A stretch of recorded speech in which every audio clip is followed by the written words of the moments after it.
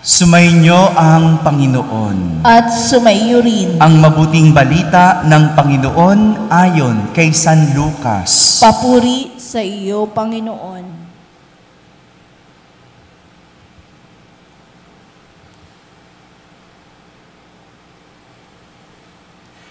Noong panahong iyon, si Jesus ay tinanong ng mga Pariseyo kung kailan itatatag ang kaharian ng Diyos. Sumagot siya, ang pagsisimula ng paghahari ng Diyos ay walang makikitang palatandaan at wala ring magsasabing nagsimula na roon o rini. Sapagkat ang totoo'y nagsimula ng maghari ang Diyos sa puso ng mga nananalig sa Kanya. At sinabi niya sa mga alagad, darating ang panahong hahangarin ninyong makita ang isa sa mga araw ng anak ng tao. Ngunit hindi ninyo makikita iyon. At may magsasabi sa inyo, naroon siya o narini siya. Huwag kayong pumunta upang siya ay hanapin, sapagkat pagsapit ng takdang araw, ang anak ng tao'y darating na parang kidlat.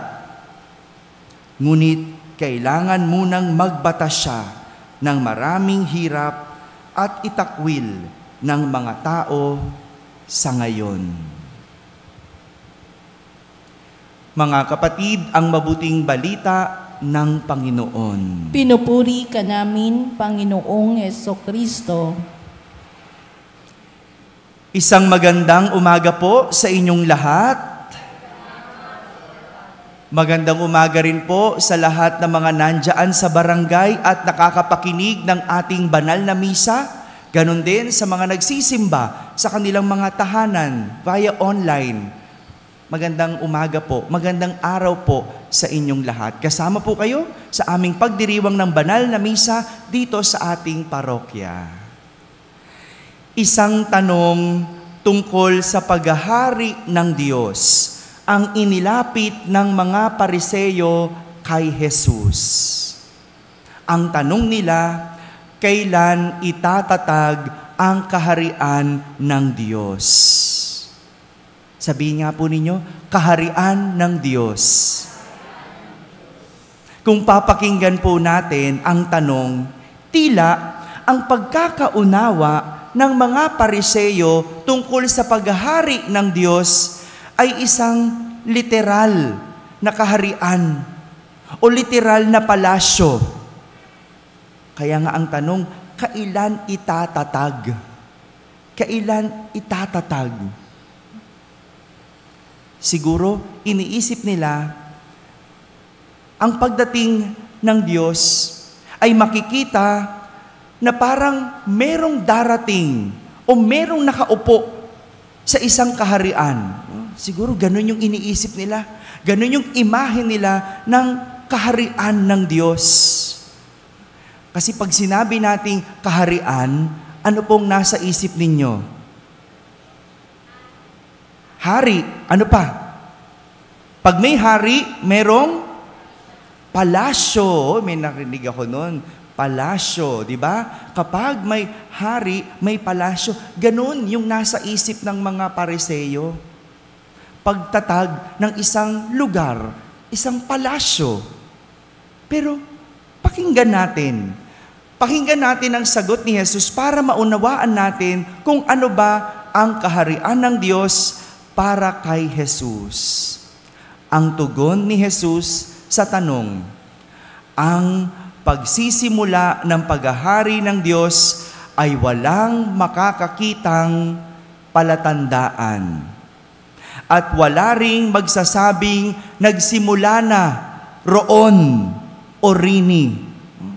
Walang makapagsasabing nagsimula na doon o dito. Sapagkat ang totoo ay nagsimula ng maghari ang Diyos sa puso ng mga nananalig sa Kanya. Sa puso ng nananalig sa Kanya. Malinaw ang sagot ni Jesus na ang kaharian ng Diyos ay hindi isang lugar o isang palasyo.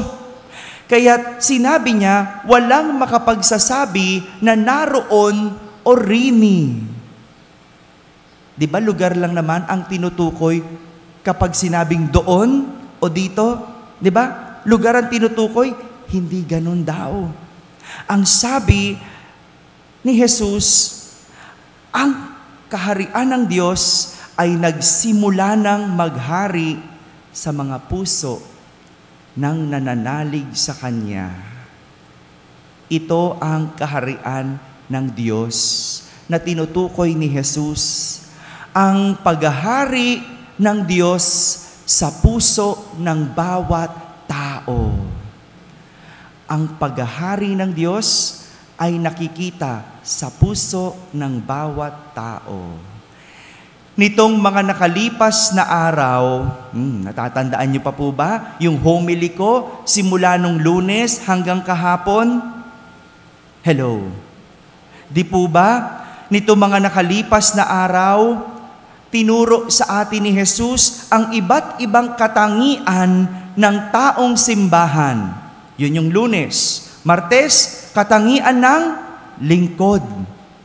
Kahapon, Miyerkules, katangian naman ng isang may pananampalataya. Siguro, iniuna na ituro ito ni Jesus sa atin para sundin, para makita sa atin, para gawin natin, para ang paghahari ng Diyos ay sumaatin. Sa bawat katangian na magagawa natin, sigurado ang Diyos ay sa atin. Sa pagiging taong simbahan, sigurado tayo ay mapapalapit sa Diyos at ang Diyos mapapalapit sa atin. Kung tayo ay matututong maglingkod, sigurado ang tao ay magiging kalugod-lugod sa Diyos. Kung tayo ay lalalim sa ating pananampalataya, hindi malayong lumago tayo sa Diyos.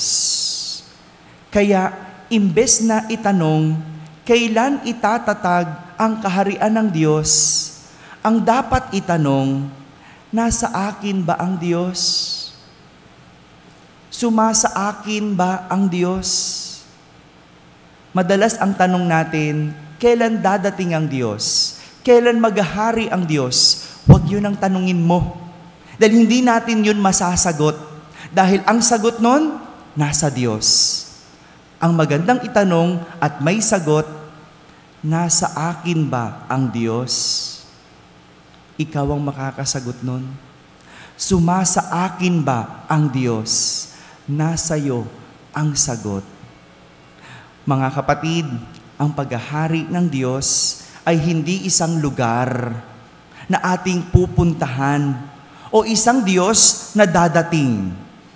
Ang paghahari ng Diyos ay pagiging buhay at pananatili ng Diyos sa atin. Amen? Amen.